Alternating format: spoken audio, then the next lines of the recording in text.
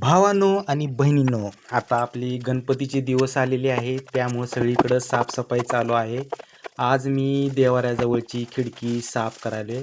त्यामुळं सगळं तिथली घाण काढून स्वच्छ घासून, पुसून असं चकचकीत करणार आहे. त्यामुळं आज बघूया कसं-कसं मी घासतोय ते.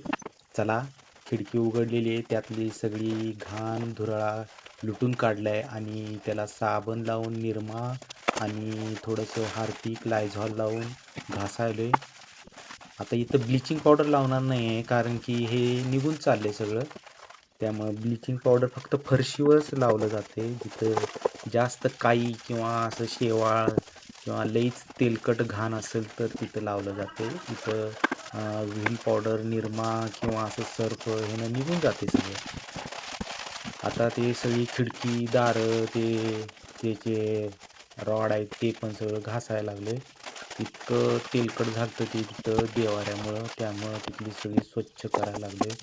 आता लवकर लवकर करायला पाहिजे. आता गणपती बसणार, त्यामुळं सगळं ब्रशनं घासून काढून खिडकीची पुढची बाजू, मागची बाजू हे सगळं स्वच्छ घासायला आहे. आणि काही ठिकाणी मोळा असल्यामुळं ते हाताला लागतात आणि रक्त यायले. एक माझा ते हँड ग्लोव्ज आहे तो फाटला मुळ्यामुळं. आता मला ते नवीन हँड ग्लोव्ज घ्यायला पाहिजे. हँड ग्लोव्ज असले की कसं नखामध्ये घाण जात नाही ना, नाहीतर मग दिवसभर ते सलतात पाणी जाऊन आणि त्यात घाण जाऊन मग ते पोटात जाते घाण, मग आजारी पडायला होते. मागच्या वेळेस असंच झालं, मी गटरीची घाण आमच्या घराजवळची काढायला गेलो आणि मास्कच हँड ग्लोव्ज घालायला नाही आणि ते सगळं घाण माझ्या नाकातोंडातनं पोटात गेलं आणि मी आजारी पडलो 1 महिना. आणि आता मी सगळं प्रॉपरली काळजी घेऊन साफसफाई करतोय, नाकाला मास्क लावतोय, जेणेकरून नाकातनं सगळी घाण जाऊ नये आतमध्ये.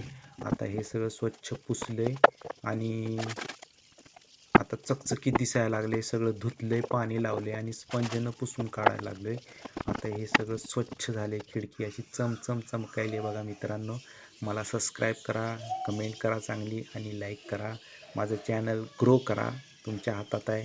Thank you very much. आणि काय चुकलं माकलं तर मला सांगा.